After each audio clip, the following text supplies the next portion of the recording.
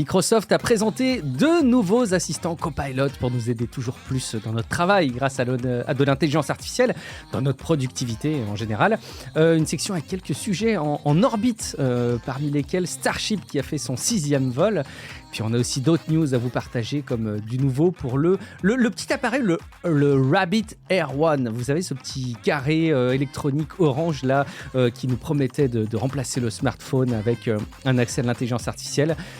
Il était un peu décevant, mais il ne lâche pas l'affaire. Vous écoutez Tech Café, votre rendez-vous sur l'actualité des nouvelles technologies.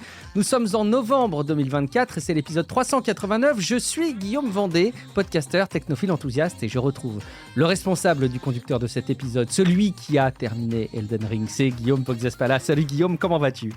Eh bien écoute, ça va très bien, je vais mettre ça dans mon CV désormais, et je veux qu'on commence comme ça, ça va être un titre, tu sais, voilà. Il y a les liens de réseaux sociaux, l'adresse, véhiculé, permis B, a fini Elden Ring. Exactement. Ouais, ça fait partie des incontournables. Merci beaucoup à Lucien Mollard, Eric Poilvet, Mathilus, Xav4464 et Baltero Carlos qui ont accepté de nous soutenir sur Patreon. Si vous appréciez Tech Café avec la veille qui y est associée, en particulier dans un format podcast, si vous souhaitez soutenir notre contenu tout en bénéficiant d'avantages exclusifs, rendez-vous dès maintenant sur patreon.com/techcafé. Vous pouvez vous inscrire en quelques minutes. Et peut-être même que vous avez déjà un compte sur Patreon. Le podcast est évidemment, vous l'avez compris, totalement gratuit, mais en vous abonnant sur Patreon, non seulement vous pourrez écouter Tech Café sans la pub directement dans votre app de podcast favorite, mais vous aurez également accès à des infos en exclu. Et j'ai commencé à vous le laisser entendre durant les précédents épisodes, mais je vous le renouvelle là, vous aurez des petites infos au sujet de Tech Café et à mon sujet début décembre. C'est le moment ou jamais de vous abonner. Et puis en contribuant sur patreon.com/techcafé, vous nous aidez à assurer dans tous les cas la pérennité de Tech Café pour de longues années à venir.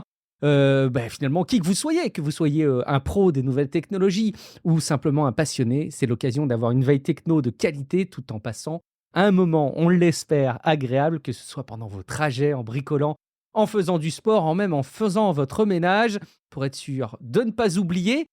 Ouvrez tout de suite là, votre navigateur et puis inscrivez-vous sur patreon.com/techcafé parce qu'il y a une partie d'entre vous qui sont convaincus de le faire. Ils se disent oui, il faudra absolument que je le fasse, mais ils prennent jamais le temps. Et on sait ce que c'est dans nos vies toujours plus denses, toujours plus rapides. On pense pas forcément à faire les choses. Là, pendant que vous écoutez cette petite interaction, lancez votre navigateur patreon.com/techcafé.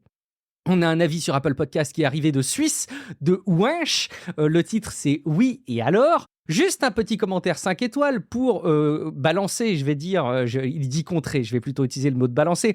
Le 2 sur 5 évoqué dans l'épisode 387. Il dit d'ailleurs que ça ne jouera pas parce qu'il n'est pas sur le même magasin de podcast, il est sur la partie suisse, donc ça a été déposé. Les deux Guillaume sont d'une expertise rare, je pense un plus que l'autre, mais bon, le duo est là. Une veille tech aux petits oignons avec un grand GPP qui donne l'impression d'être spécialiste en tout. Je vous le rassure, hein, c'est qu'une apparence, parce que demandez-lui les records des JO de cet été, il ne vous donnera pas d'infos. Mais en tout cas, en tech, il est là. Et puis, il fait, dit-il, des très bons constats sur l'état de l'art de la tech. Vous trouvez ces analyses orientées, faites la part des choses. Les faits relatés sont justes. Un grand duo digne de nos deux Vincent, en espérant un jour trouver GPP pour lui offrir une mousse et passer un peu de temps pour discuter avec lui. Alors, il dit les deux Vincent, est-ce que tu sais à qui il fait référence ? Moi, j'ai mené mon enquête, Guillaume, je ne sais pas si toi, ça te parle Suisse non, en Suisse, non, pas du tout, ça ne me parle pas du tout. Alors, il y a a priori deux humoristes, je vais aller creuser, c'est Vincent Cutchol et Vincent Veillon. Je prononce peut-être très mal le Cutchol, j'irai regarder de toute façon de mon côté, et puis on en reparlera. Commentez également sur techcafé.fr et puis rendez-vous sur Discord où on a des discussions de tech, mais pas forcément que de tech. Vous pouvez réagir aux épisodes, c'est un espace d'échange, je pense, plutôt très simple, plutôt convivial, techcafé.fr/Discord. De toute façon, tous les liens là que j'évoque et les liens vers les articles qui ont permis de construire le contenu de cet épisode sont accessibles dans les notes de l'épisode ou sur techcafé.fr. Et donc, on a évidemment le tour des interactions au menu de ce courrier des auditeurs, des portefeuilles virtuels, du nouveau sur Truth Social, le Twitter encore plus toxique et plus assumé, oserais-je dire, et puis des IA qui rétrécissent et se propagent. Guillaume, tu as surveillé tous ces sujets. Oui, il y a un petit retour d'Eric suite à la question de la fin du supplément. Est-ce qu'il y a des jeux vidéo qui permettent de jouer avec du pognon virtuel, mais sur des valeurs réelles ? Alors moi, j'ai pas cherché, je l'avoue, hein, mais lui, il me dit qu'en fait, la plupart des courtiers, comme Boursorama, ou Fortune, Néo et tout ça, proposent ça, tout simplement, quoi, dans leur appli. C'est utile même pour s'entraîner, voilà, pour voir comment ça fonctionne et tout. Après, il dit aussi qu'il faut pas trop s'y fier, parce que voilà, c'est pas pareil quand c'est ton propre argent. Tu vois, c'est comme les enfants, Ouais. l'argent. Quand c'est le tien, c'est pas pareil. Steven 40K, quant à lui, me rappelle un détail que j'avais effectivement oublié sur Trump et sa relation avec X. Trump a une obligation contractuelle de poster majoritairement sur Truth, Je c'est l'ai vrai. découvert, je le Puisque savais pas du tout. c'est la personnalité de Trump qui donne sa valeur au réseau, hein, de toute façon. Et donc, fusionner X et Truth, ça permettra à Trump de revenir totalement sur X. Le X, le Trix, donc, on va l'appeler Trix. Et d'en faire en gros un média officiel, le relais de la Maison-Blanche et du président, quoi. Alors pour moi, je l'avoue, j'étais resté au Truth Social des débuts, c'est-à-dire un réseau social anecdotique, hein, en termes d'utilisateurs et de poids financier aussi, mais je suis bien naïf. Après les récents événements, et d'après un article récent du Guardian, Truth Social aura une valeur estimée de 10,3 milliards de dollars. C'est Soit incroyable plus que ce chiffre. X, Ouais. que les experts estiment Ouais. autour de 9,4. Les actions de TMTG, c'est-à-dire Trump Media and Technologies, ont explosé ces dernières semaines. Et c'est totalement hallucinant quand on compare le nombre d'utilisateurs, puisqu'il y en a plus de 700 millions sur X, il y en a dans les 13,5 sur Truth. Donc on est clairement sur du même stock à la GameStop, hein.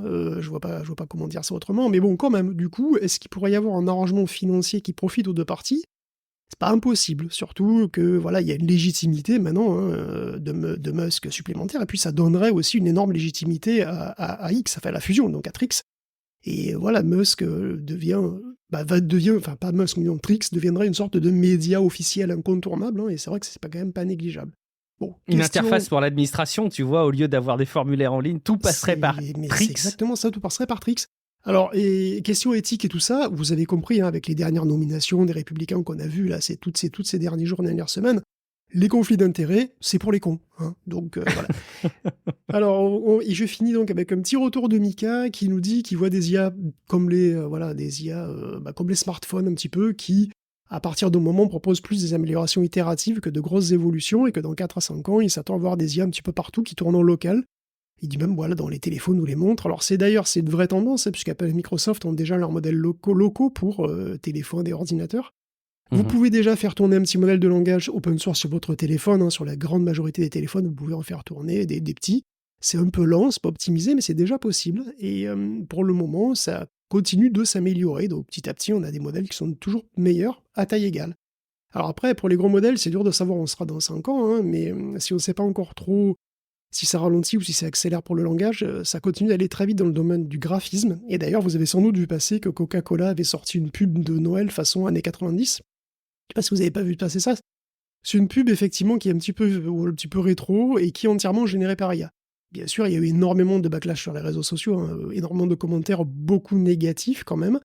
C'est habituel quand il y a un truc qui est fait par IA, et surtout en particulier par les grandes marques. C'est souvent comme ça.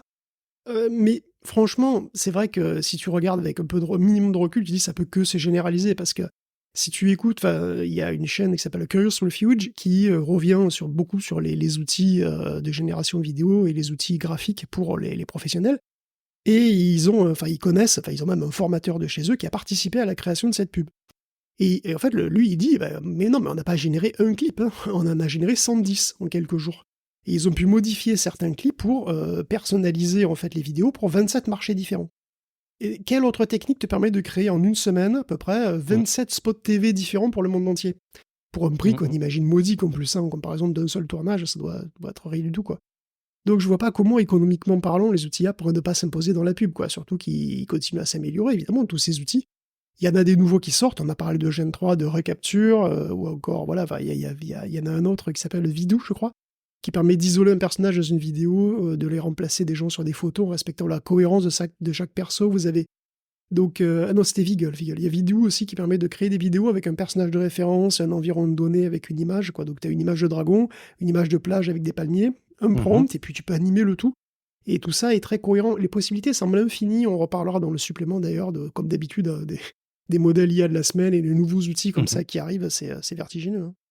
Le rendez-vous est pris et le supplément de la semaine, ça arrive normalement quand j'ai pas du retard sur le montage le vendredi soir et 24 heures en avance pour les soutiens Patreon. C'est un petit avantage qu'ils ont. Au passage, Guillaume, moi, je reviens un tout petit peu sur cette pub Coca-Cola avec deux composantes de l'espèce de bad buzz. Le premier élément, c'est le message renvoyé par rapport à l'utilisation d'une IA plutôt que de faire appel à des artistes, à des communicants. Pour ça, tu t'es déjà exprimé sur le sujet et je te rejoins, ça me semble de fait assez inévitable. Évidemment, il y a quelque chose de très moral sur le fait qu'il y a un travail humain qui soit autant réutilisé. On a déjà largement abordé ce sujet-là dans le temps. Il y a un autre sujet de polémique au sujet de cette pub, Guillaume, c'est qu'elle est très critiquée pour son côté un peu has-been et avec des rendus graphiques qui ne sont pas à la hauteur de ce qui se fait. Alors, peut-être ce qu'on peut se dire déjà, c'est que je ne suis pas certain que Coca ait voulu faire quelque chose qui soit profondément très crédible ou très immersif ou laisser planer le doute. Je pense qu'ils ont complètement assumé le fait que c'était perçu comme étant de l'image générée par IA. C'était très transparent, c'était présenté comme tel. Je pense que c'est un marqueur des temps, c'est un marqueur de ce qui se faisait en 2024. C'est un outil de création. Je pense que en fait, je pense qu'il y a deux choses. C'est qu'effectivement, la qualité de la vidéo, c'est pas de la 4K ni rien, ça c'est vrai. Hein. Et c'est probablement une des raisons pour laquelle ça passe très bien avec la volonté, disons, la volonté artistique initiale qui était de faire une pub rétro, comme dans les années 90. Ouais. Qui fait référence aux vieilles pubs, à une vieille pub de Coca. C'est ça. Donc du coup, c'est une vieille pub rétro. Du coup, la qualité est pas top, mais du coup, comme ça vient des années 90, ça choque pas trop. Donc je pense que c'est un petit peu la démarche qui est derrière. Après, c'est vrai que les générateurs, ils ont encore du mal à générer de la 4K avec la qualité qu'on peut atteindre avec les outils 3D actuels, ça c'est sûr. Bien sûr. Par contre, je me suis un peu prêté à l'exercice. J'ai été contacter ma maman. Je l'ai montré autour de moi dans la famille, cette pub. J'ai rien dit, tu vois. J'ai montré la vidéo. Les retours étaient tous positifs. De dire « Ah, c'est féerique. C'est vrai que ça donne envie de boire du coca. » Je pense qu'on est un peu dans notre entre nous, là, dans la communauté tech, à se dire « Ouais, c'est pas l'état de l'art de la génération de la vidéo de novembre 2024. » Ouais, mais je pense que c'est pas le sujet du tout. Et je pense que l'immense majorité du grand public ne verra, et c'est probablement là l'enjeu, qu'une belle pub, quelque part. Je pense qu'il faut le voir comme ça. Allez, sans autre forme de procès, on va parler un peu de Ignite. J'en ai parlé un tout petit mot la semaine dernière. C'était pas prévu, je t'avais attaqué sans que tu aies pris le temps de documenter le petit appareil de Microsoft, là, dont on va un tout petit peu reparler, le 365 Link. Mais juste avant, Guillaume, on se fait un petit statut sur les annonces, avec notamment des nouveaux copilotes. Il y en a de partout, hein, Guillaume. Alors, c'était la conférence Ignite, effectivement, la semaine dernière. Et Ignite, c'est une conférence pour les pros, hein, donc il n'y a eu aucune annonce vraiment sexy pour le grand public. Il y avait quand même des trucs intéressants, et même indirectement pour le grand public aussi, mais c'est quand même vraiment orienté pro. On a vu deux, ou plutôt, moi je dirais 3 grands sujets. D'une part, effectivement, il n'y a pas de surprise, et il y a les copilotes qui se modifient, s'améliorent, tout ça. Il y a un autre très gros sujet de cette année, c'est la sécurité, avec des changements importants prévus en termes techniques et même en termes de culture, si j'ose dire. Enfin non, j'ose le dire, puisque c'est même eux qui le disent finalement. Et enfin, il y a aussi quelques nouveautés questions matérielles pour le cloud et les entreprises principalement. Oui, le Link en particulier, mais pas seulement. Donc on peut commencer avec les copilotes. Microsoft parle de copilote au singulier parce que le but c'est de donner une interface unique à une multitude de modèles d'intelligence artificielle différents, dont ceux que vous pouvez créer vous-même. Donc Copilote est plus en lui-même, c'est plus une nouveauté, donc c'est vraiment une plateforme désormais, quoi. Et donc il a été la star, disons, l'an dernier, on va dire, Copilote. Cette année, on est plus sur une consolidation finalement de l'offre, une harmonisation de tout ça. Et ils ont, essayé de rendre Copilote plus utile pour plus de gens. Donc on l'a déjà évoqué, les agents sont à la mode. Microsoft veut faire des agents pour les gens, pour les vrais gens. Donc un agent, c'est un chatbot qui peut agir, créer des trucs, aller de lui-même consulter des bases de données, créer des choses, et même s'activer tout seul et agir de manière autonome. Alors des agents, c'est bien, mais l'agent ne fait pas le bonheur si c'est pas bien adapté aux besoins de la vie quotidienne. Donc Microsoft a présenté 5 agents spécialisés qui sont prêts à l'emploi pour Microsoft 365. On a par exemple l'interprète, qui peut, c'est assez cool, traduire ce que vous dites dans un meeting vidéo Teams et doubler avec votre propre voix. Donc voilà, vous parlez en anglais avec votre propre voix, mais c'est doublé par la machine. Alors c'est idéal quand vous avez des clients de tamoul, par exemple, ou pour éviter de parler anglais comme Jacques Chirac, ce qui est un petit peu dommage. C'est quand même sympa. Dans Teams aussi, on a l'agent facilitateur qui prend des notes pendant les réunions, partage des résumés, qui pourra répondre à diverses questions sur ce qui a été dit pendant les moments où la digestion de cette choucroute au moule a été vraiment difficile. On a ensuite l'agent self-service RH, qui est un agent double, puisqu'il répond aussi bien à des questions RH qu'à des questions techniques de base. Donc voilà, les ingénieurs système auront une couche de protection supplémentaire en plus du fameux ticket, n'est-ce pas? C'est toujours bon à prendre, une couche de protection. Il y a l'agent SharePoint qui pourra accéder au contenu de votre portail web et répondre aux questions en fonction de ça. Alors, je ne suis pas ultra calé en SharePoint pour être honnête, mais bon, voilà, c'est ce que j'en ai compris. Et pour finir, on a l'agent de gestion de projet qui s'intègre à Planner et qui peut tout faire, finalement, créer des tâches, harceler les collègues avec des rappels et des deadlines, etc. Et par-dessus tout ces agents de maîtrise, il y a les Copilot Actions, c'est-à-dire les macros, en vrai. Les macros version 2024. Les Copilot Actions sont des agents à qui on apprend à faire ce qu'on veut faire, c'est-à-dire en général une tâche répétitive et pas trop compliquée, qu'on veut automatiser, et on décrit ce qu'on veut faire en langage naturel. Donc ils peuvent être créés sans rien coder du tout, dans un truc qui s'appelle Copilot Studio, en personnalisant des espèces de gros prompts prédéfinis. Donc tu peux résumer automatiquement des trucs, générer des rapports avec des données d'un tableau qui s'actualisent tout seul, d'autres sources, etc. Préparer des réunions en collectant des informations un petit peu partout. Et donc si on peut se faire des agents perso sans rien coder, il y a aussi quand même pas mal de nouveautés pour les développeurs et sur Azure. Donc il y a tout ce qui s'appelle la Copilot and AI Stack, donc la pile AI, qui repose sur Azure AI Foundry, qui est une réponse directe à Vertex AI de Google, évidemment. Azure AI devient Azure AI Foundry, avec un SDK. Il y a 25 modèles d'applications préconçus pour des agents qui reposent sur des modèles IA différents. Un portail et un service de gestion de ces agents une fois qu'ils sont déployés. Tout est fait pour simplifier la tâche. Donc, tu choisis un modèle IA clé en main, tu l'intègres dans une application qui interagit avec tout l'écosystème Microsoft de manière autant que possible assistée. Et en plus de ça, et pour finir aussi, on a quelques nouveautés sur les fonctions déjà intégrées de Excel Outlook.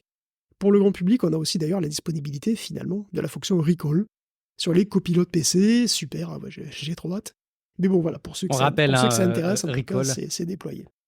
Recall, c'est la fonction, voilà. Oui, vas-y, si tu veux. Qui en gros enregistre ce qui se passe à votre écran et sur lequel vous pouvez faire des requêtes pour lui demander, par exemple, quand est-ce que j'ai fait un meeting avec un type qui avait des lunettes et une grosse barbe, j'imagine, sur Teams, et puis il peut te restituer la date, l'entretien sans doute. Je m'interrogeais un peu en tâche de fond, Guillaume, sur ces avantages qui semblent comme ça au premier abord assez intéressants pour les employés de bureaux, de grandes entreprises, pour faciliter les choses, pour gagner du temps. Et je ne peux pas m'empêcher de me dire, est-ce qu'il n'y a pas quand même, à terme, une couche de complexification qui va être mise en place? Et de toute façon, on n'aura pas la réponse, on le verra à l'avenir, et puis peut-être que je m'inquiète pour rien, mais je prends un exemple très simple. Il existe aujourd'hui des trucs qui arrivent, genre avec des synthèses par mail, tu vois, par exemple, et il y a une tâche récurrente à faire, soit chaque jour, soit chaque semaine, de récupérer cette donnée qui arrive dans le mail et de la rajouter dans un tableau Excel. La tâche prend 15 secondes, est insupportable parce qu'elle est terriblement répétitive et à faible valeur ajoutée pour l'espèce humaine qu'on est. Et la logique voudrait que l'outil de départ génère la synthèse automatiquement, tu vois, dans un rapport et qu'il n'y ait pas cette action à faire. Mais ça fait partie de ces petits développements que les entreprises ne priorisent pas toujours parce que ça prend un peu de temps de développement, c'est pas prioritaire, il y a d'autres choses à faire. Le problème va être comblé avec une IA qui va tourner un peu régulièrement pour faire cette synthèse plutôt que de corriger le problème de départ. Ce que j'essaie de mettre en avant, et on n'aura pas la réponse là, c'est de me demander à quel point ces outils par IA vont pas combler des lacunes structurantes qu'il y a dans les systèmes informatiques et dans les systèmes d'information des entreprises et rajouter une couche de complexification parce qu'avec le temps, il y aura encore moins besoin de les résoudre. Et pourtant, ça va rajouter du temps de calcul quelque part. Enfin voilà, je m'interrogeais là-dessus. Je ne sais pas si tu as un sentiment là-dessus. De toute façon, encore une fois, c'est très difficile de se projeter, mais bon. Bon, après, je pense que ça va dépendre quand même pas mal des cas d'usage, etc. Mais c'est vrai qu'on pourrait se demander, oui, plutôt que... Il y a beaucoup de mails, tout le monde reçoit beaucoup de mails, tout le monde est harcelé et noyé dans les mails. Bon, la solution, ce serait d'envoyer moins de mails à moins de gens. Oui, voilà, c'est ça. Ouais. Tu vois, mais bon, non. Teams a déjà réduit les mails. On va pas faire ça, on va juste fabriquer... On va juste avoir tous des agents qui nous liront nos mails et nous résumeront les mails et répondront eux-mêmes aux mails. Et oui, à un moment, c'est possible que les robots se parlent entre eux, quoi, et puis qu'ils nous fassent qui négocient entre eux, qui discutent entre eux, puis que nous, on ait les résumés de ces négociations, je sais pas. Oui, c'est vrai qu'on peut se poser la question de savoir si on peut pas rationaliser ça autrement. Après, il y a probablement aussi des cas d'usage où ça pourrait être vraiment utile. C'est sûr, c'est certain. J'imagine, mais il faut que ça soit comme tout, quoi, utilisé intelligemment. Bon, alors ça, évidemment, on peut pas y parier dessus. On croise les doigts et puis on le surveillera si on a des retours, mais je pense que ce ne sera pas avant quelques années si ça se déploie. Et puis il y a du nouveau aussi pour SQL Server, Guillaume, pour la partie base de données. Oui, le vénérable gestionnaire de base de données va se mettre à jour en 2025 avec des fonctions IA, évidemment. On a beaucoup évoqué que les agents allaient pouvoir traiter et utiliser plein de données partout, donc il était logique que Microsoft essaie de rajouter des fonctions à SQL en rapport avec ça. Directement via SQL, vous pourrez gérer des bases de données vectorisées, c'est-à-dire des données, du texte en général, qui aura été traduit en vecteurs, des vecteurs qui représentent ce que ça veut dire d'une manière mathématique. Alors jusqu'à présent, on cherchait dans un texte avec des mots-clés ou des formes d'expression qu'on décrivait avec des expressions régulières, par exemple. Donc c'est syntaxique, c'est-à-dire rechercher de manière sémantique, c'est plus difficile. Là, on fait du pattern matching, rechercher dans le sens, c'est pas évident. Si on demande de chercher tous les passages qui parlent de l'ostréiculture dans la société élisabéthaine, dans un bouquin, c'est pas forcément simple, à moins que ce soit indexé de manière vraiment très précise. La vectorisation permet de faciliter ça. L'ostréiculture anglaise du XVIe siècle, c'est une direction très particulière dans un espace immense. Et on peut comparer ces directions à la direction d'autres bouts de texte, et si ça s'aligne pas trop mal, on peut imaginer qu'ils parlent de la même chose. Donc SQL 2025 sera aussi équipé pour faciliter la RAG, donc c'est la Research Augmented Generation, c'est-à-dire la génération de texte qui utilise des données externes au modèle. Le modèle, ou le logiciel qui utilise le modèle, va chercher des infos, quand il estime qu'il en a besoin, dans une base de données qui peut être vectorisée ou pas d'ailleurs, et il va utiliser ces résultats pour rédiger une réponse en bon français, ou en bon anglais, ou en bon ce que vous voulez. Donc SQL 2025 aura droit aussi à d'autres optimisations et ajouts, mais c'est vrai que l'orientation vers l'IA reste sans doute le truc le plus marquant, quoi. Je m'interroge du coup là-dessus. Le but, c'est quoi? C'est de faire gagner du temps à ceux qui savent déjà aujourd'hui gérer des bases de données. C'est ouvrir la possibilité de gérer des bases de données à des personnes qui sont peut-être moins expertes à la base. En fait, je comprends pas trop la plus-value que ça peut représenter d'un point de vue technique finalement. Tu as donné l'exemple très concret de cette recherche sur l'ostréiculture qui est assez concrète, mais je ne sais pas si ça apportera fondamentalement des choses demain dans les usages des entreprises. Et ça, oui, ça dépend si tu dois chercher dans des gros volumes de données non structurés. Si les données sont très bien structurées et que l'indexation te suffit, ça sert à rien. Après, si tu as des gros volumes de données qui sont comme ça brutes, ça peut aider, ça dépend aussi. On termine avec le gros pilote. Oui, non, il y aura un autre truc très marrant en marge de Ignite, qui n'a rien à voir avec les annonces Ignite, mais qui est quand même sorti d'une manière concomitante et cocasse à la fois. C'est une étude d'Intel qui porte sur 6000 personnes en Angleterre, en Allemagne et dans notre beau royaume de France. En moyenne, ces personnes sont comme tout le monde, c'est-à-dire qu'elles perdent 15 heures de leur vie chaque semaine à faire des corvées numériques. Alors ces corvées sont multiples, multiples, et telles Nemesis dans Resident Evil, on peut pas leur échapper, quoi. Et ces tâches consistent à répondre à des mails chiants, à faire des comptes rendus de réunions chiantes, qui j'en pourraient parlais, être automatisés avec bonheur, évidemment. Et donc tout ça, effectivement, ça pourrait être automatisé au moins partiellement, et ça pourrait nous permettre de profiter un tout petit peu plus de notre courte vie avant la froideur du tombeau, alors ce serait pas mal. Et une partie de ces gens ont la chance donc d'avoir un copilote, de ces gens, qui ont été interrogés, une partie qui ont des copilotes PC, donc a priori un partenaire toujours disponible et jamais fatigué. Et certainement ceux-là ont plus de temps pour aller sur Instagram ou shitposter sur risque, j'imagine. Eh bien non, d'après cette étude Intel, les utilisateurs de PC intelligents sont moins productifs que leurs homologues qui utilisent des PC débiles. Pourquoi ? Parce que ça prend plus de temps de trouver comment demander au PC intelligent de faire le truc plutôt que de le faire soi-même avec son abruti de PC normal. Intel en conclut qu'il faut plus d'éducation à comment bien parler à son PC. Et oui, c'est un problème de communication. Voilà. Vous adorez les séminaires de communication d'entreprise, les rendez-vous thérapie de couple avec votre conjoint, faites de la place pour votre agenda, dans votre agenda pour des séances de communication productive avec votre collègue en plastique, parce que c'est pour demain, quoi. Chiffre à l'appui de tout ça, 86% des gens interrogés n'avaient jamais entendu parler d'un AIPC, 44% pensent que c'est un gadget, 53% que c'est juste pour les professions créatives, donc ils pensent probablement plus à du Midjourney et des choses comme ça. Pour l'usage, c'est un petit peu pareil, 28% des Allemands seulement ont déjà utilisé un PC, donc IA, 8% des Anglais et seulement 7% des Français. Ce qui n'est pas si étonnant, puisqu'ils sont sortis de leur commerce que cette année quand même, mais bon. C'est vrai que les Français sont clairement les moins au fait de ce genre de truc a priori. Alors c'est vrai qu'avec Ignite, pour l'instant, Microsoft, on a l'impression quand même qu'il vit dans le futur par rapport à la vie quotidienne en entreprise et de beaucoup de gens. Après, les choses peuvent changer vite. 2025, l'année où il faut se reconvertir en formateur pour bien prompter, bien interagir avec son IA. Le message est passé de la part de Guillaume Poggiaspala. On continue avec le volet plus sécurité dont tu nous as parlé tout à l'heure. J'ai l'impression que CrowdStrike est passé par là, Guillaume. Enfin, quand je parle de CrowdStrike, c'est l'affaire CrowdStrike dont on a pu parler en juillet. Vous vous en souvenez forcément. La panne informatique majeure et historique de ce mois de juillet, c'était une panne donc due à cette société CrowdStrike, qui du coup tout le monde connaît, qui avait poussé une mise à jour défectueuse de son logiciel Falcon Sensor, ou Sensor Falcon, je ne sais plus d'ailleurs. En gros, c'est une mise à jour d'antivirus qui a mal tourné, quoi. Le souci, c'est que, qu'est-ce que vous avez vu, vous? Dans les banques, dans les aéroports, un petit peu partout. Vous avez vu des écrans bleus Windows. Des écrans bleus Windows à tel point que l'incident a eu un impact bien pire sur l'image de Microsoft que sur celle de CrowdStrike. Alors que Microsoft y est pour rien. Enfin, en tout cas, pas directement. Microsoft a donc pris des mesures assez profondes suite à ça. Donc c'est la Secure Future Initiative. 34 000 ingénieurs mobilisés quand même pour, je cite, réinventer la sécurité au sein de la boîte, donc la mettre au centre de la stratégie. Et ce dont je parlais, ce changement culturel, quoi, voilà, c'est ça. Et puis Satya Nadella a renoncé à ses bonus pour s'excuser de la panne, le pauvre. Il y a plein de trucs dans les pratiques, dans la présentation, les logiciels voilà, qui ont été présentés, mais bon, sans rentrer dans tous les détails, il y a quand même un truc assez marquant, c'est que donc, Microsoft va organiser un bug bounty, donc une chasse aux bugs monstre, avec 4 millions de dollars de prix, pour trouver des failles zero day dans Windows ou tout autre produit du système Windows. Alors ce sera un hackathon, donc on appelle ça un hackathon, une compétition de hacking, qui se tiendra en personne à Redmond, au siège, et qui va du coup devenir sans doute une des plus importantes du genre, parce que l'enjeu c'est 4 millions de dollars, c'est pas rien, quoi. Et donc c'est un changement de paradigme très profond. Microsoft a annoncé son initiative aussi qui s'appelle Windows Resiliency, qui va complètement rebattre les cartes pour les auteurs d'antivirus. Et tous, pas que CrowdStrike. Alors parce que jusqu'à présent, les antivirus avaient sous Windows un accès au cœur du système, au noyau.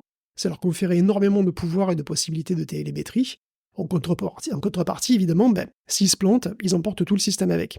Et c'est exactement ce qui s'est passé avec CrowdStrike.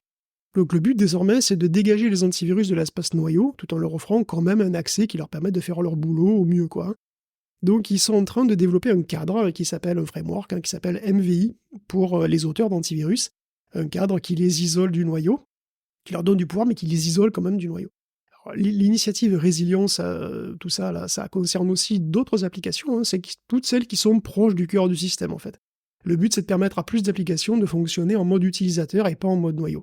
Donc il devrait y avoir à l'avenir des contrôles plus stricts sur les pilotes autorisés, etc., quoi. Alors Microsoft veut aussi améliorer la protection de l'identité des données perso. Au passage, voilà, gros push sur la sécurité. Et Microsoft affirme que, je cite, à travers de cette initiative, nous nous engageons à faire en sorte que Windows devienne la plateforme ouverte la plus fiable et la plus résiliente pour nos clients. Pas trop tôt, ne manqueront pas de dire certaines mauvaises langues. Oh, ce serait facile de critiquer comme ça. Est-ce qu'on a fait le tour sur le côté sécurité ou peut, dans la même veine, on peut aussi passer juste évoquer Windows sur QMR. Le mode récupération rapide. Oui, on veut... oui, parce que c'est toujours pareil. Le truc vraiment de cette année, c'était on veut surtout pas repasser pour des faisans comme on l'a fait l'été dernier, quoi. C'est pas possible. C'est vrai. Windows va se doter d'un nouvel outil de restauration à distance qui s'appelle Windows Quick Machine Recovery, donc Windows QMR a priori. On n'en sait pas énormément de choses, sinon qui pourra permettre de réinstaller Windows sur une machine distante, même si elle ne démarre pas. En gros, tant que ça s'allume, ça sera bon. Donc c'est un système de gestion distante comme on a sur les serveurs. Toute proportion gardée, mais donc voilà, pour des machines qui sont plus grand public, dont on pourra quand même probablement prendre, dans une certaine mesure, le contrôle à distance.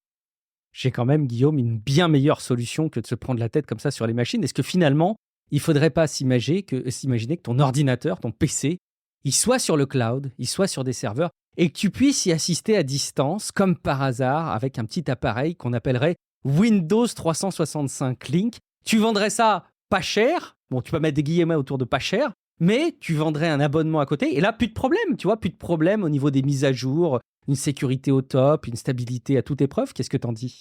Ben oui, c'est vrai, on l'a évoqué rapidement, Microsoft, la dernière fois même, Microsoft vient de sortir l'appareil qui s'appelle « Je fais des marches de malade ». Non, pardon, ça s'appelle Link, c'est vrai. C'est un petit boîtier qui est quand même très cher pour un appareil qui ne fait rien. Parce que c'est... Ah, c'est un hub USB quand même. Oui, Link, c'est un client avec léger. Des affichages. C'est tout simplement un client léger. C'est tout sauf nouveau, bien sûr. Il y a plein d'auditeurs, et moi-même qui ai utilisé il y a 25 ans déjà, évidemment. Mais celui-là coûte quand même 350 balles, sur le prix d'un PC bureautique de base, qui lui-même pourrait très bien streamer un bureau de Windows 365, notez bien. Et avoir son propre Windows. Mais il faudrait le gérer, ce PC, alors que le Link, il n'y a rien à gérer puisqu'il fait rien. Il stream le bureau à distance, mais on ne peut rien installer dessus. Il demande donc précisément zéro management. Votre ordinateur est concrètement dans le cloud, effectivement, et c'est pas non plus gratuit. Mais bon, c'est pas vous qui le gérez, et donc less is more, comme on dit. sauf pour le prix, parce que là, more is more.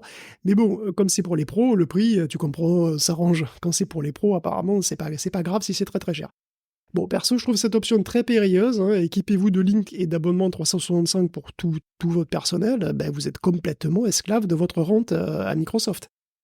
Alors que pas mal de boîtes, et des grosses, commencent à se dire que le cloud, ben, c'est quand même cher à la longue. Faut dire que les prix ne cessent d'augmenter, que tu es obligé de suivre. Et donc, ben, y en a qui commencent à s'intéresser à se rééquiper. Et cette option du zéro machine locale, ça me paraît vraiment excessif.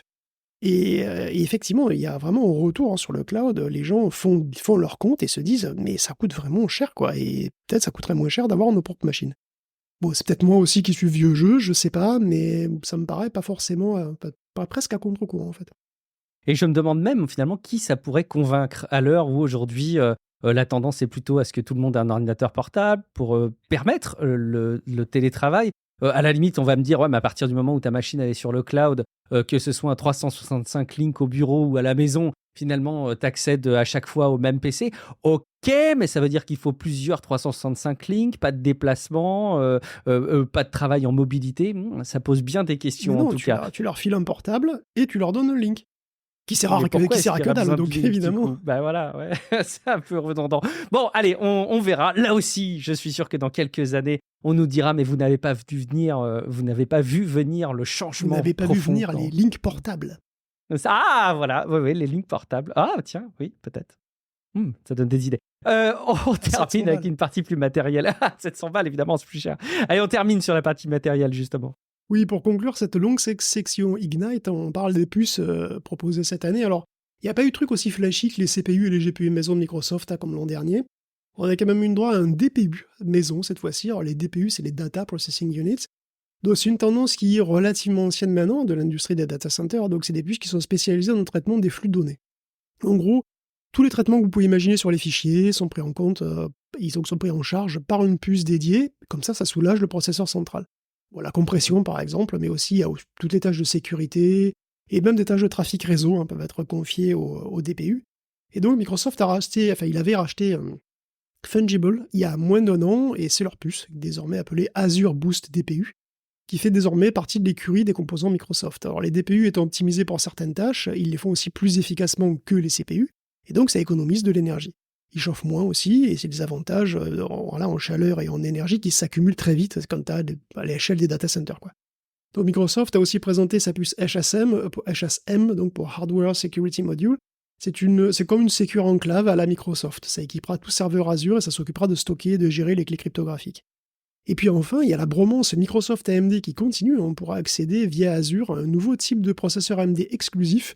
Alors attention, c'est le EPYC 9V64H, voilà, c'est facile à se rappeler, qui va propulser les machines virtuelles HB V5, décidément quel poète, chez Microsoft, des VM qui seront très certainement extrêmement chers, puisque c'est des processeurs qui font 352 cœurs, avec 9 gigaoctets de mémoire par cœur, et 6,9 teraoctets par seconde de bande passante, le tout avec 14 teraoctets de SSD. Alors les instances HB V5, elles sont clairement destinées au calcul haute performance, et au calcul non IA.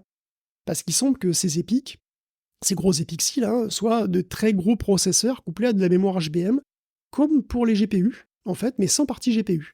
C'est comme si on avait une super puce Grace Hopper, comme on fait chez Nvidia, mais sans Hopper. Ou bien on a mis 300A côté AMD, mais uniquement avec les cœurs processeurs.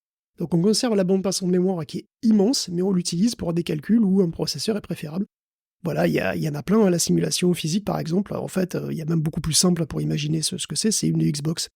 Parce qu'en réalité, une Xbox, c'est exactement ça. Si vous avez la puce graphique et le CPU qui est relié à de la mémoire à très haute, relativement haute, la GDDR6, donc de la relativement rapide mémoire, de la mémoire relativement rapide, quoi, comme pour les GPU. Là, c'est un petit peu comme si vous avez une Xbox, mais sans partie graphique, uniquement avec un énorme CPU et de la mémoire très très rapide. Et donc, la Xbox, effectivement, c'est aussi une collaboration avec AMD. Il y a eu aussi, d'ailleurs, certains appareils Surface qui ont été des collaborations avec AMD, avec des puces légèrement customisées pour Microsoft. Je crois que c'est la première fois qu'on a une puce customisée vraiment pour serveur chez Microsoft, il me semble. Donc, ils ont leur propre puce aussi, bien entendu, pour le tout venant. Mais bon, donc, ils étoffent leur gamme, tout simplement. Donc, ils ont leur propre puce pour la base. Ils ont évidemment des GPU Nvidia qui restent disponibles chez Azure parce que voilà, il y a de la demande pour ça. Et puis, ils ont aussi des puces qui sont assez originales, il faut dire, apparemment pour les calculs qui passent pas très très bien sur les GPU, et des gros calculs lourds qui peuvent être, qui peuvent être tout simplement envoyés, on va dire, sur des processeurs assez standards, mais surboostés, quoi. Alors, d'après Statista, AWS posséderait 34% du marché mondial du cloud, Azure aurait 21% et Google 11%. Viendra ensuite Alibaba, IBM, Salesforce et compagnie. Eh ben écoute, merci pour cette couverture complète, à la fois évidemment sur l'aspect matériel, sur les copilotes et la sécurité de Ignite. Moi, je me sens rassuré. Là, c'est bon, Microsoft ne nous affichera plus des écrans bleus dans les aéroports l'été prochain. On peut partir tranquille et puis on peut partir aussi dans une deuxième rubrique vers l'espace, Guillaume, parce qu'on va jeter un petit coup d'œil du côté du nouvel essai, du nouveau vol, le 6e de Starship. Là, il n'a pas été question de voir des bras rattraper la fusée. Mais enfin bon, globalement, ça s'est bien passé malgré tout. Il y a des bons enseignements à en tirer. Oui, le 6e vol du Starship s'est passé enfin, hein, et ça s'est bien passé. Ils n'ont pas renouvelé l'exploit de saisir le booster qui redescend en vol comme la dernière fois. Mais pour le reste, ça s'est très bien passé. Alors, le décollage était tout à fait normal, on a presque l'habitude maintenant. Et c'est vrai qu'à peine 8 minutes après le décollage, le vaisseau Starship était déjà dans l'espace. Tout moteur éteint, et rien que ça, c'était déjà une réussite. Hein. Mais bon, on a déjà vu. Le truc inédit s'est passé 30 minutes plus tard, quand les moteurs se sont rallumés pour une courte correction de trajectoire de quelques secondes. C'est très court et très léger, mais ça valide le système, donc Starship peut en principe aller en orbite et être utilisé pour larguer des satellites Starlink de plus grande taille et en plus grand nombre. Il pourra aussi être utilisé pour ravitailler des stations spatiales, hein, du coup, que ce soit l'ISS ou la station circumlunaire du projet Artemis, si un jour elle voit le jour, bien sûr. Donc SpaceX est très content pour l'instant, et volontairement, il ne donne pas tout à fait la poussée nécessaire pour entrer en orbite, mais là, il valide qu'il pourrait le faire et qu'il pourrait se réajuster et contrôler le retour.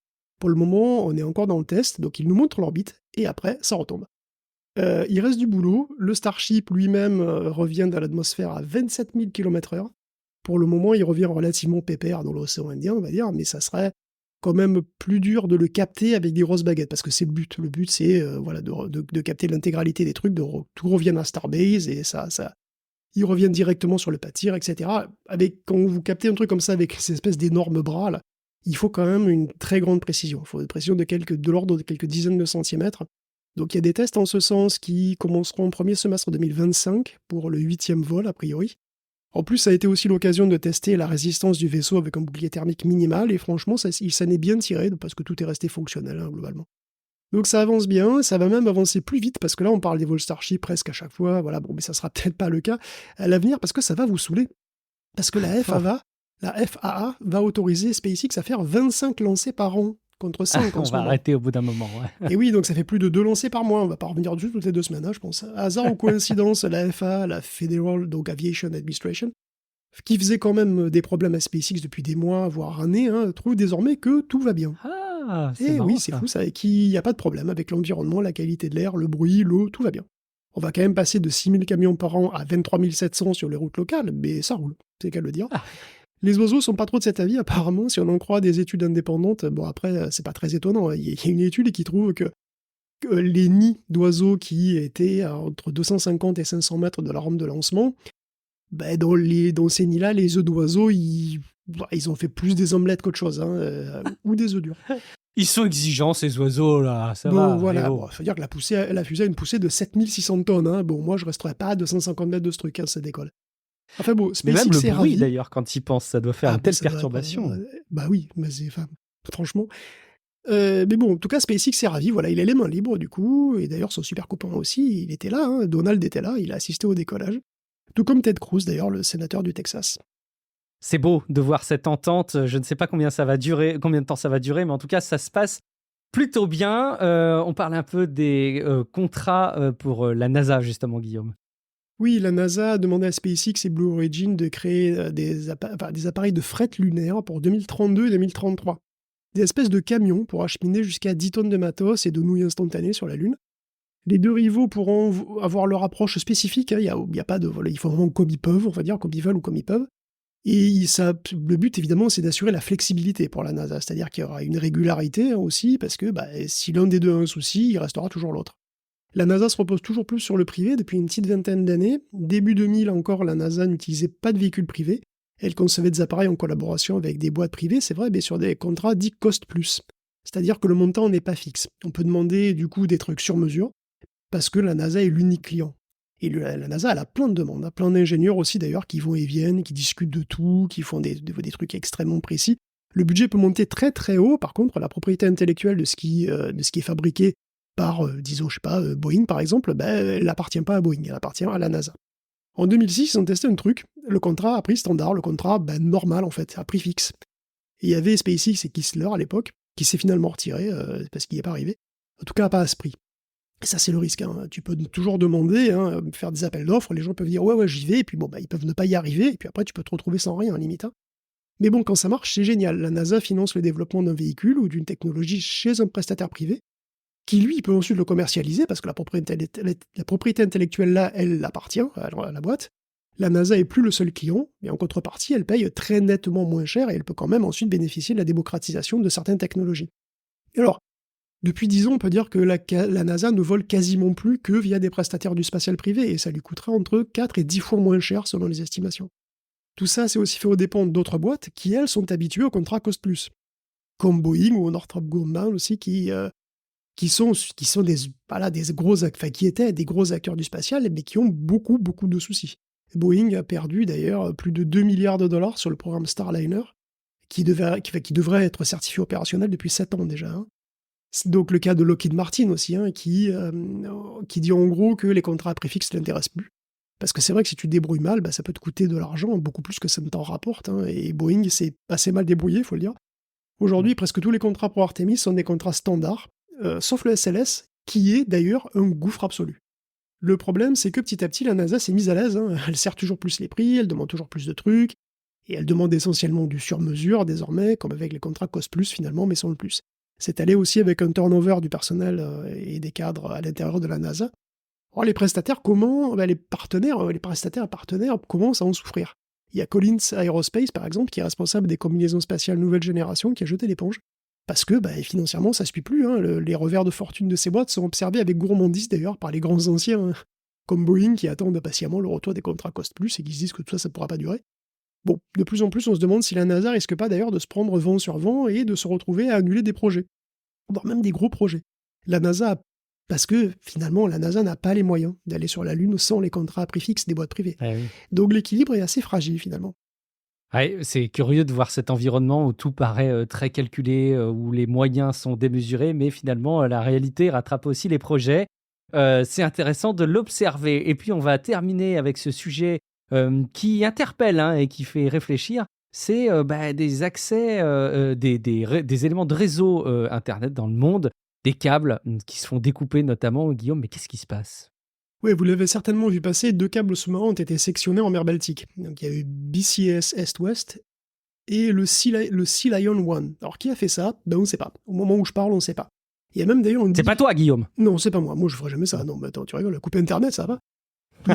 Il y a d'ailleurs une division transatlantique sur le sujet. C'est pas la dernière, d'ailleurs, division transatlantique, à mon avis, qu'on va avoir. Les Finlandais et les Allemands sont très inquiets et évoquent explicitement la possibilité d'un acte de guerre hybride, avec l'amateur de missiles balistiques de moyenne portée, là. Les Suédois ont même dans leur viseur un navire chinois qui s'appellerait le Yipeng 3. Et ça vient pas de nulle part, hein. Les enquêtes sur d'autres actes de sabotage sont remontées jusque vers chez Vladimir, là-bas. Donc. Mais les USA, eux, considèrent officiellement que c'est très probablement un accident, que c'est l'ancre d'un bateau qui aurait déchiré les câbles, un accident qui arrive effectivement, mais là, il y en a quand même 2 en peu de temps, ce qui est quand même assez inhabituel. Bon, pour le moment, on n'en sait rien, mais ce qui est sûr, c'est que l'efficacité de cette attaque, si ça en était une, elle a été nulle.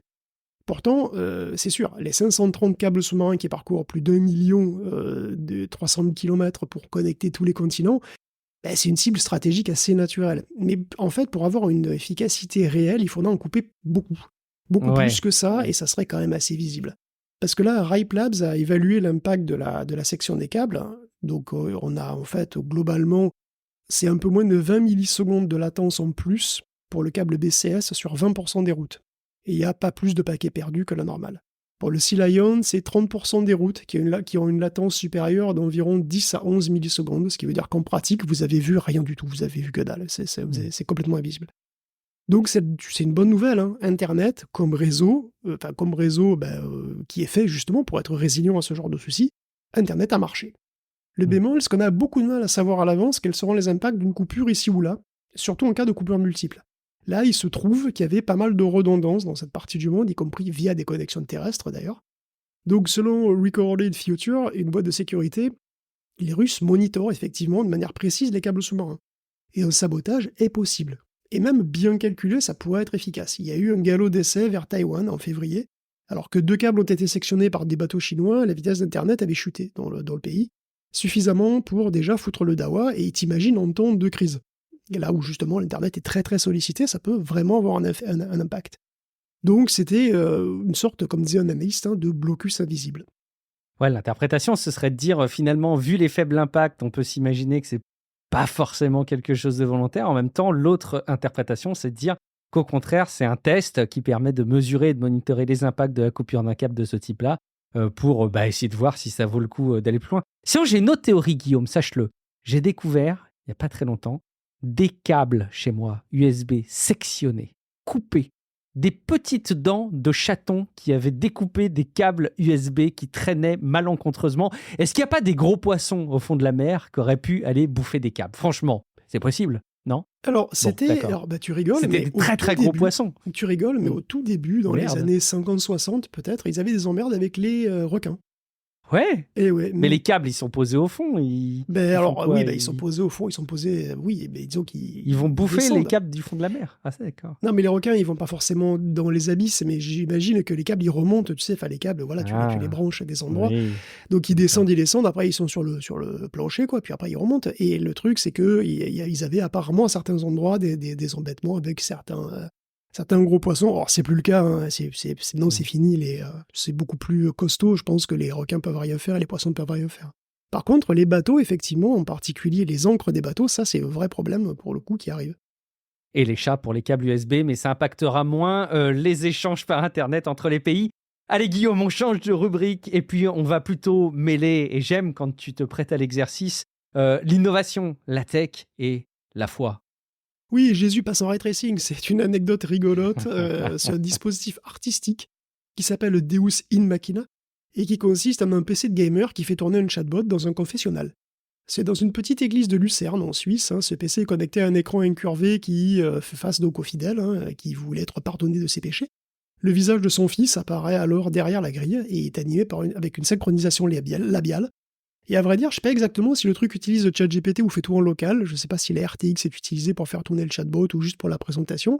Toujours est-il que Jésus RTX parle sans langue et ne prend pas de pause pipi ni clope, et c'est quand même super pratique, quoi. Et le plus marrant dans cette histoire, c'est les réactions des gens. Alors on lit que certains pensent que ça mérite une punition divine, évidemment, mais il y a aussi des réactions très positives. Il y en a certains qui disent que ça les aide quand même, qui répond à leurs attentes et qui les aide à se réaffirmer, ils donnent des conseils. Et certains utilisateurs se sentent pris en compte. Donc ils répondent d'une manière, disons, classique, peut-être bateau pour un vrai prêtre, sans doute même, mais pas totalement à côté. Et d'ailleurs, je l'ai constaté moi-même quand j'ai essayé de faire un prédicateur progressiste avec Qwen 2.5. Ça marche vraiment bien, d'ailleurs. Oui, j'ai des soirées très intenses. Bien sûr, le théologien qui témoigne n'est pas super hypé, mais c'est une anecdote marrante et que je rapproche du mini-dossier qu'on avait eu dans un supplément sur le croisement entre technologie et religion. Il y en avait pas mal, on en avait énuméré un certain nombre, voilà, encore un nouveau. On continue, Guillaume, en parcourant notre conducteur avec un document de recherche pour les hallucinations et la conscience des modèles de langage. Oui, j'ai déjà parlé de Gemascope, l'ensemble d'outils de Google qui permet d'étudier le fonctionnement interne des petits modèles Gemma. C'est pour faire de l'interprétation, essayer de voir quel concept possède Gemma, comment il s'emboîte, de regarder comment ça fonctionne le cerveau dedans, quoi. Alors c'est en libre accès, et ça a permis une recherche intéressante à l'ETH Zurich, qui porte sur les fameuses hallucinations des chatbots en particulier. Alors le chatbot, ça repose sur un modèle de langage qui estime la probabilité du mot suivant, probabilité qui évidemment contient des erreurs. Forcément, le modèle est juste une approximation et donc il peut être amené à dire des trucs faux. Comme un chatbot doit toujours dire quelque chose, de notre point de vue, il invente des trucs, il hallucine, comme on dit, mais de son point de vue, finalement, il fait qu'échantillonner une suite de mots probables, comme d'habitude, et c'est tout. Qu'il dise des choses vraies ou fausses, il échantillonne toujours une suite de mots, rien ne change dans le principe. Mais le modèle a-t-il conscience qu'il est en train de dire une connerie ? C'est une question qui peut paraître saugrenue, et pourtant, il est possible que ça soit le cas. Les chercheurs ont utilisé des auto-encodeurs fournis dans le cadre de Gemascope, Alors, les autoencodeurs, on a expliqué comment ça marchait dans un supplément.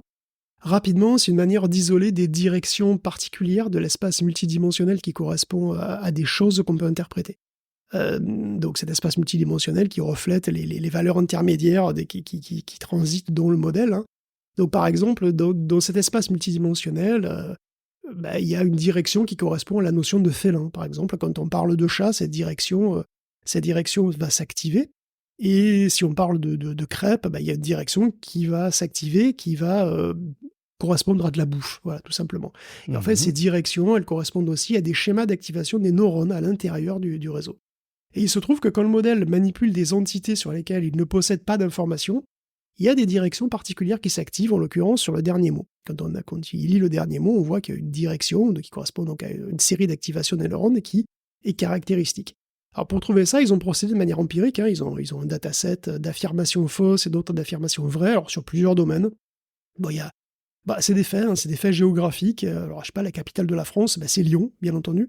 Ou alors en musique, en sport, en politique, voilà, plein de faits de culture générale, genre question pour un champion. Et puis ils ont des affirmations, ils ont toute une liste d'affirmations vraies et puis d'affirmations fausses, et puis après ils posent les questions à Gemma. Ils lui font compléter les phrases. Hein. Et donc Gemma il va se planter ou pas, et ils vont essayer de voir comment les diverses superpositions de neurones dans toutes les couches s'activent, et s'il y en a qui sont corrélés avec le fait de se tromper. Ça voudrait dire qu'il a conscience de se tromper. Et il se trouve que dans les couches du milieu, il y a des groupes de neurones qui s'activent nettement plus quand le modèle fait faux. Une direction qui représente l'incertitude sur les informations que le modèle possède sur la question qui est posée. Et cette direction ne varie pas en fonction des sujets. Que tu lui parles de musique, de politique, c'est pareil. Elle semble corrélée avec une certaine conscience de savoir ou pas la réponse. Alors comment tu testes ça ? Gemma, il a une version de chat qui est entraînée à discuter et à ne pas répondre à certaines questions.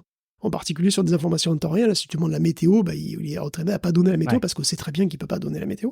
On l'encourage aussi à ne pas répondre s'il ne sait pas, mais ça marche pas bien. L'idée, c'est de faire une intervention chirurgicale dans Gemma qui pousse au max les neurones, les activations des neurones dans cette direction-là. Les neurones qu'on a trouvés qui s'activaient dans cette direction-là, on va les activer de manière forcée. Et si on est bon, ça voudrait dire que le modèle va penser du coup très fort qu'il n'a pas la réponse, qu'il ne sait pas. Et effectivement, quand on fait ça, le modèle passe à 80-100% de refus quand on lui pose des questions sur des entités inconnues. Il dit qu'il ne sait pas presque tout le temps, alors qu'un modèle qui n'est pas modifié, il dit qu'il ne sait pas entre 5 et 60% du temps selon les domaines. Et dans tous les domaines, de toute façon, la différence est spectaculaire.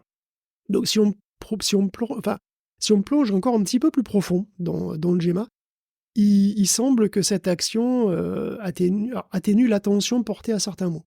Alors, il semblerait qu'un modèle de langage porte une grande attention aux mots connus et une attention beaucoup plus faible, beaucoup plus fluctuante sur les mots qu'il ne connaît pas trop, voire qu'il ne connaît pas en fait. Donc la direction, finalement, serait révélatrice de la modulation de l'attention sur les mots. En bref, Gemma, en fait, pourrait savoir qu'il ne sait pas, tel un Socrate numérique. Et d'ailleurs, on le salue au passage, parce que je sais qu'il nous écoute. Mon Soso, c'est pour toi. Ça reste probabiliste, et surtout, ça reste spécifique à des petites versions de Gemma, pour le moment. Mais si ça se confirme, on pourrait donc améliorer la fiabilité des chatbots à l'avenir. Il pourrait toujours se tromper, comme nous, mais comme nous aussi, il pourrait aussi avoir une certaine conscience, être plus ou moins sûr d'avoir la réponse ou pas. Et du coup, ils pourraient aussi juste se taire s'ils n'ont rien d'intelligent à dire, ce que nous aussi, on pourrait faire plus souvent peut-être d'ailleurs, je ne sais pas. Oui. Effectivement, ce serait peut-être un enseignement. On pourrait peut-être plus souvent se taire quand on ne sait pas. Merci pour cette exploration détaillée de Gemma et sa conscience de l'erreur, ou pas d'ailleurs. Et je ne doute pas que ça va ouvrir un autre champ de recherche. Que ça va J'en profite aussi pour mentionner que ça montre aussi l'importance d'avoir des modèles open source, parce que des outils open source, parce que tout ça, c'est sur les modèles Gemma open source de Google, et c'est avec Gemmascope, qui sont aussi des...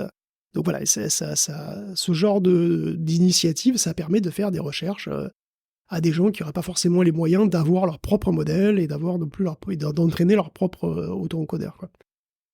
Parfait, une recherche encouragée qui est facilitée et possible même par les modèles open source.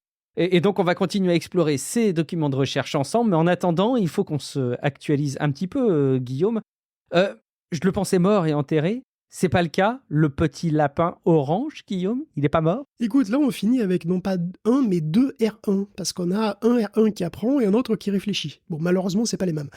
Celui qui apprend, c'est le Rabbit R1 qui fait enfin ce qui a été promis au lancement. Hein. On peut lui apprendre à effectuer des tâches pour nous sur le mobile, comme des sortes de super macros, comme un petit peu comme les agents copilotes.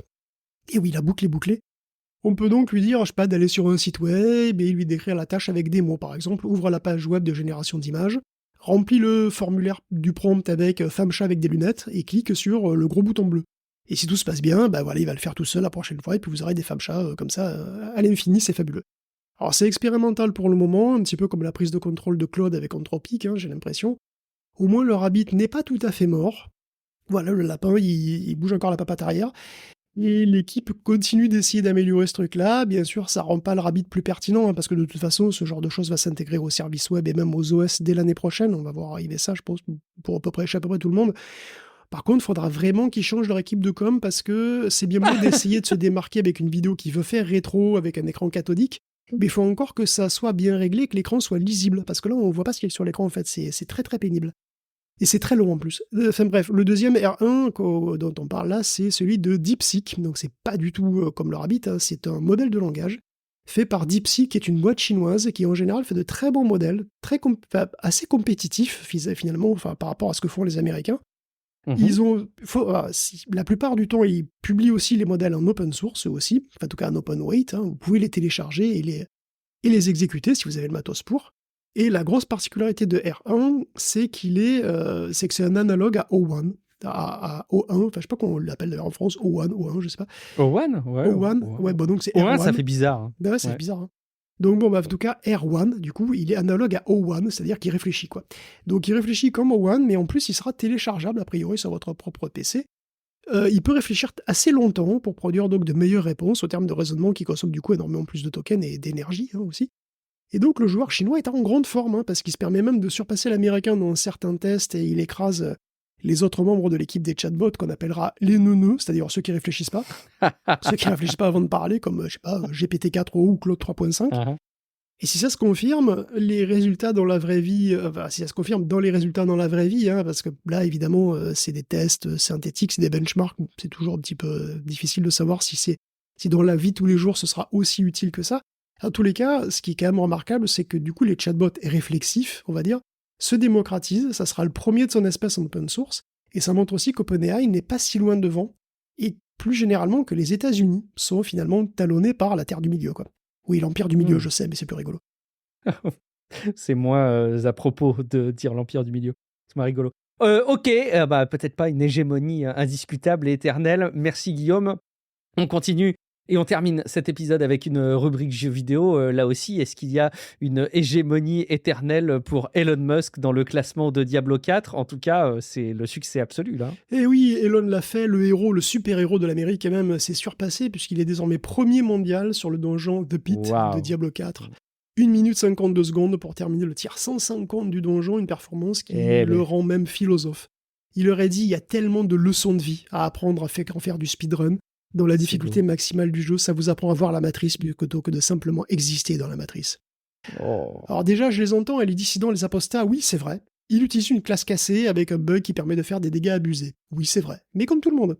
Parce que Blizzard sait pertinemment que ça couille, et il a quand même décidé de laisser les gens s'en amuser jusqu'à la prochaine saison. Donc abusé ou pas, il n'est pas le seul du tout à utiliser les glitches, il doit y en avoir plein dans le top. Donc de ce point de vue-là, ça rate quand même une performance. Écoute, voilà, j'encourage même Elon Musk à passer encore plus de temps sur les jeux vidéo. Je sais pas, t'as essayé Path of Exile ? Il y a le 2 qui arrive bientôt, tu devrais essayer, parce que tout le temps que tu passes là, tu le passes pas à dire des conneries sur X, tu vois, ou à Washington, et finalement, je pense que c'est pas mal. Joue plus aux jeux vidéo, Elon.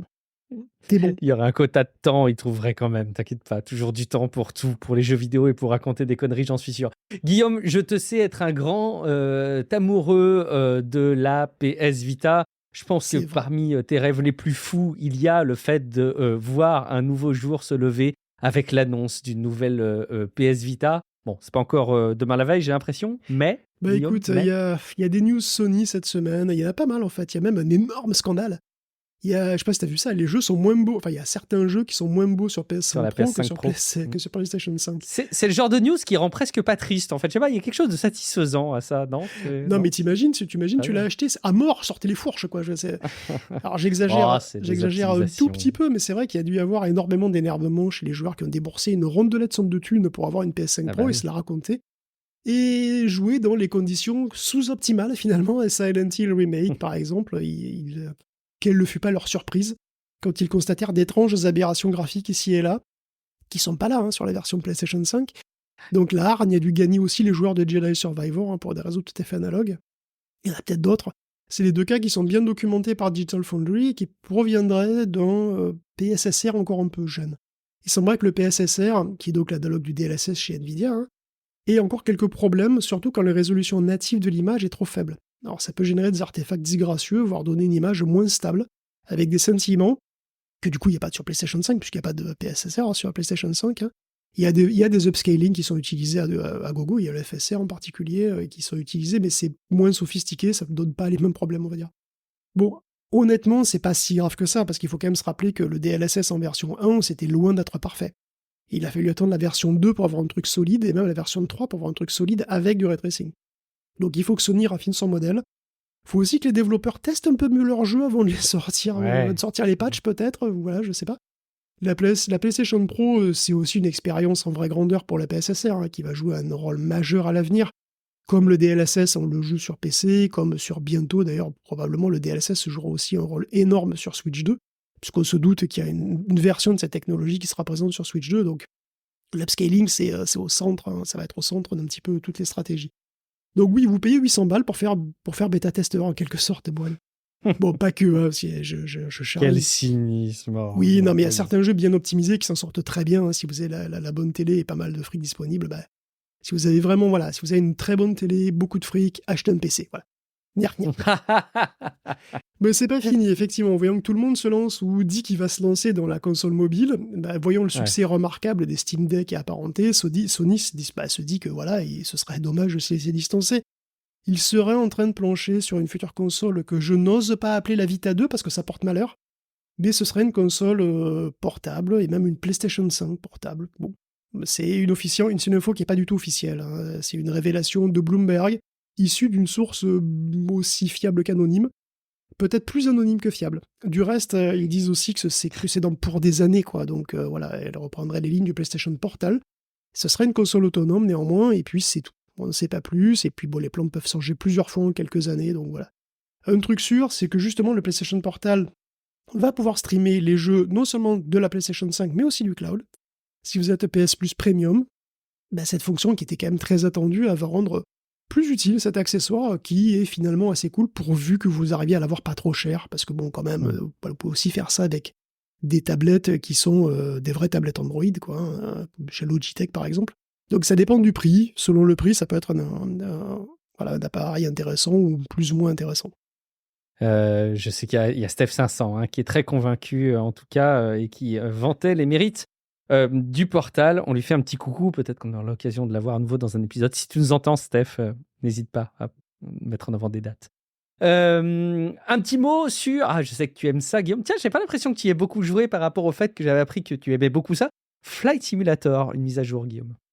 Ah j'ai pas mal joué au 2020, mais bon, après, voilà, j'ai pas non plus... Oui, c'est vrai que j'ai pas mal joué au 2020 quand même. Mais effectivement, le Flight Simulator 2024 est sorti, et il brouille totalement les lignes entre jeux et services en ligne. Il déboîte. Hein, si t'arrives à te connecter, si t'arrives à y jouer, c'est super. Faut arriver à y jouer, c'est le seul souci. Parce que là, les serveurs ont eu quand même beaucoup de mal au début. Apparemment, ça continue un peu, mais c'est vrai que le rendu, une fois en jeu, est incroyable à tel point que c'est sans doute le premier simulateur de vol que tu peux faire à pied, tranquille. Le niveau de détail au sol est tellement élevé que tu peux carrément faire de la rando. Tu arrives en hélicoptère au début du chemin, tu vois, et puis après tu te fais une petite balade, voilà, tranquille. Je rigole pas, hein. J'ai vu des vidéos YouTube, alors voilà. Je testerai certainement en Game Pass, en plus parce qu'à la différence de la version de 2020, il demande pas 250 gigaoctets de SSD, lui, hein, il en demande entre 30 ou 50. Et évidemment, pour ce prix, vous n'aurez pas la totalité de la Terre texturée avec le niveau de détail de Call of Duty. Hein. Vous aurez les avions et la Terre à haute altitude. Quand vous descendez, la scène est générée pour vous dans les serveurs Azure et elle est streamée. Cette scène d'ailleurs qui est générée à la demande est mise en cache, si jamais il y a d'autres joueurs qui volent dans la même zone, hein, évidemment, pour faire des économies.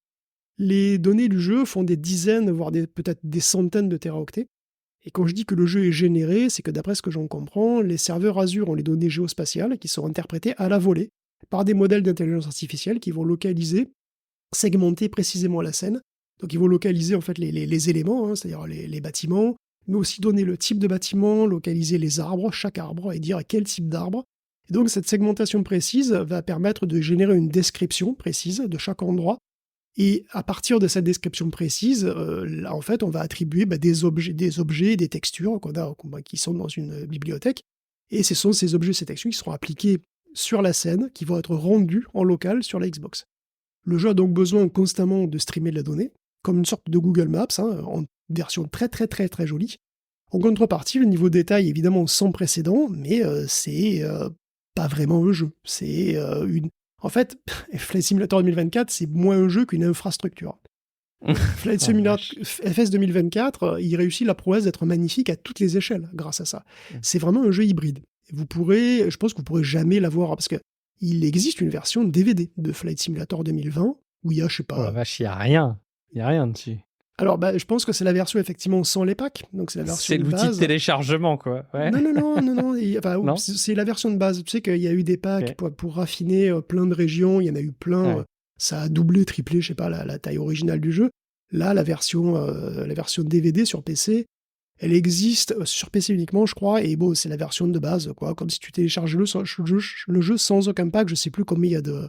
Je sais pas, il y a peut-être 10, 15, je sais pas, DVD dont c'est énorme. Mais elle existe. La version 2024, à mon avis, elle n'existera pas.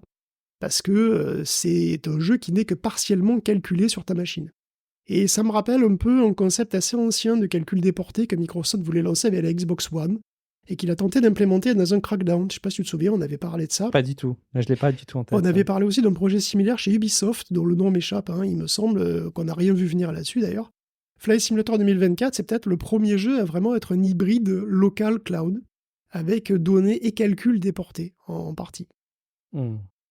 Eh ben écoute, alors je me rappelle pas du tout, mais c'est intéressant de voir que l'idée ne date pas d'hier. Alors il y a un truc sur lequel il va falloir que tu nous éclaires, Guillaume. J'avoue que j'ai vu passer l'info, mais j'ai un petit peu de mal à cerner les tenants et surtout les aboutissants.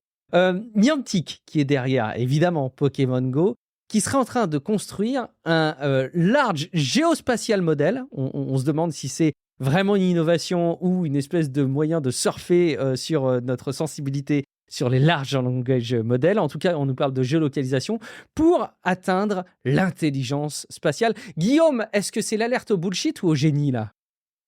Si j'y arrive vraiment, j'aurais tendance à dire que ça peut être extraordinaire, mais bon. Ah, alors allons-y, de quoi s'agit-il ? Et puisqu'on parle de géospatial, c'est vrai, on peut parler de Niantic, qui est un acteur du jeu vidéo, mais qui a des ambitions beaucoup plus larges. Avec ses jeux et ses applications, aussi. Il y a, via ces jeux et d'autres applications, en particulier via Pokémon Go, mais pas seulement, ils ont récolté, ils continuent à récolter de la donnée géolocalisée depuis des années.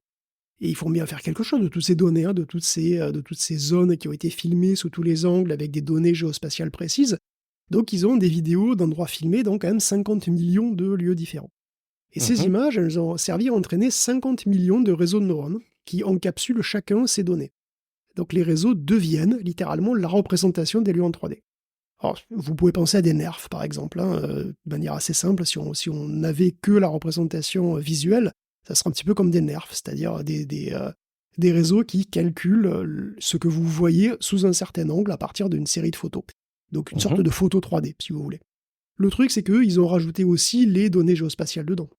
Donc ça veut dire que non seulement on a le visuel, mais on a aussi l'orientation, la position, etc., parfois au centimètre près. Ces réseaux servent déjà un système de géolocalisation visuelle, un VPS, pour Visual Positioning System, qui peut être utilisé en complément du GPS. Donc le GPS fait une localisation relativement grossière, et puis après, avec un VPS par-dessus, tu peux localiser un endroit au centimètre près et même l'orientation, c'est-à-dire la direction vers laquelle tu regardes. C'est exploité d'ailleurs pour les jeux en réalité augmentée, où tu peux poser du coup des objets virtuels qui restent à un endroit précis. Ils sont ancrés là, et n'importe qui avec la bonne appli peut passer et les voir sous le bon angle quand il se déplace et quand il bouge son téléphone, quoi. Alors Niantic veut aller encore bien plus loin avec ce qu'il appelle un grand modèle géospatial, ou LGM en anglais.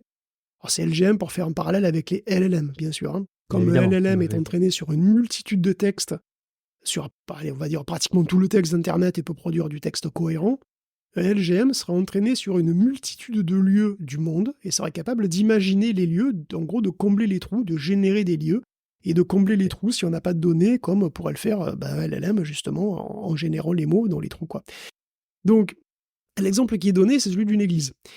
Si on a les données sur une église, hein, par exemple en VPS comme on avait là, bon voilà, tu as les données, disons, de l'avant de l'église, du coup tu peux regarder cette église, tu peux la voir en 3D, tu peux aussi te repérer par rapport à l'église, au centimètre près, tu peux dire, voilà, tu regardes vers le haut, vers le bas de l'église, etc. Après, évidemment, il n'y a pas forcément de données sur toute l'église. Si tu passes derrière, il n'y a peut-être aucune donnée sur l'arrière, et le réseau, là, il ne va pas l'inventer, donc il va y avoir un trou, quoi, il va y avoir rien. Le LGM, lui, il va l'inventer. Il va combler les trous, en utilisant ce qu'il sait sur les églises, et sur ce à quoi elles ressemblent dans cette partie du monde. Il va recouper ça avec les données qu'il connaît, par exemple, sur les lieux proches, par exemple, à l'arrière, est-ce que derrière l'église, il y a des champs, ou est-ce qu'il y a un parking, est-ce que je connais ces lieux-là ou pas?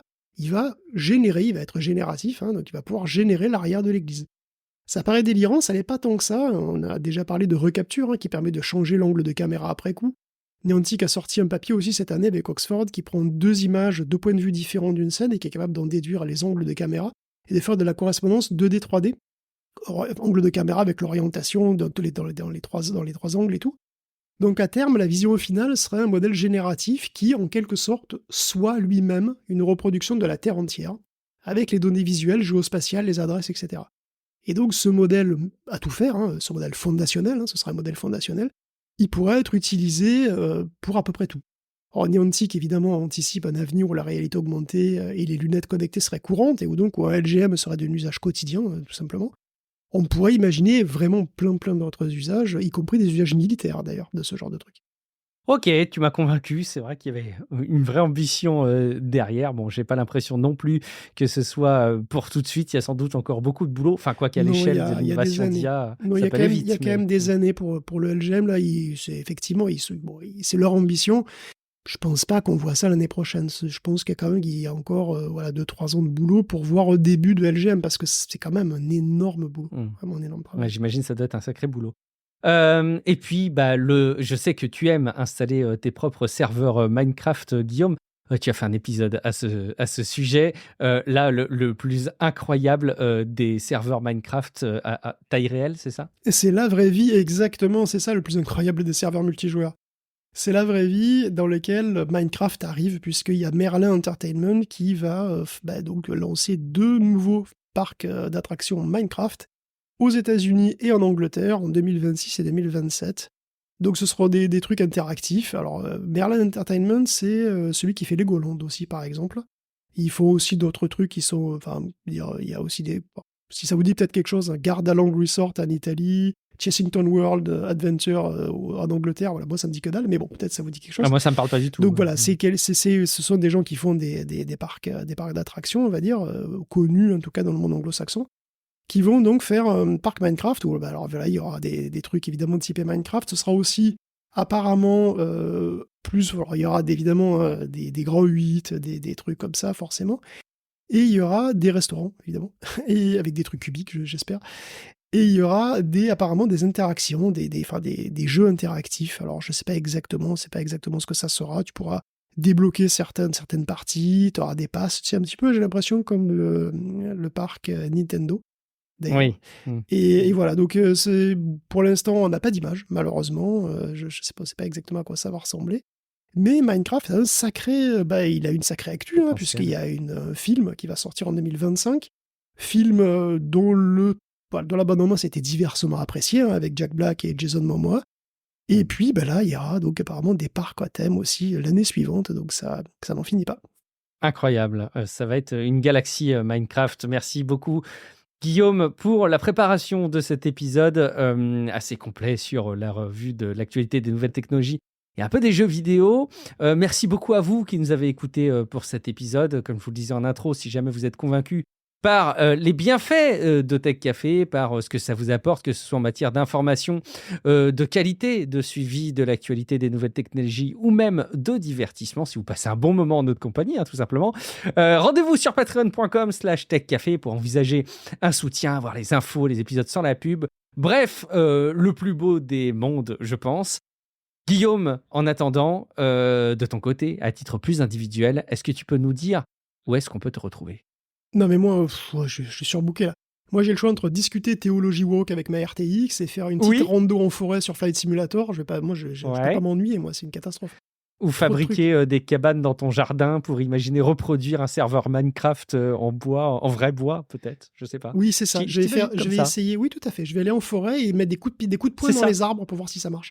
Oh, rien que ça, punaise. Merci Guillaume, tu nous diras si tu te fais pas trop mal et si tu arrives à récolter du matériel pour te faire des objets. Je suis Guillaume Vendée, vous me retrouvez sur les réseaux sociaux de manière générale, sur Blue Sky en particulier, guillaumevendée.fr, et puis vous pouvez discuter entre vous mais aussi avec nous sur le serveur Discord, techcafé.fr/Discord. Bien entendu, vous nous retrouvez dans quelques jours dans un prochain épisode de Tech Café. Ciao à toutes et à tous. Ciao à tous.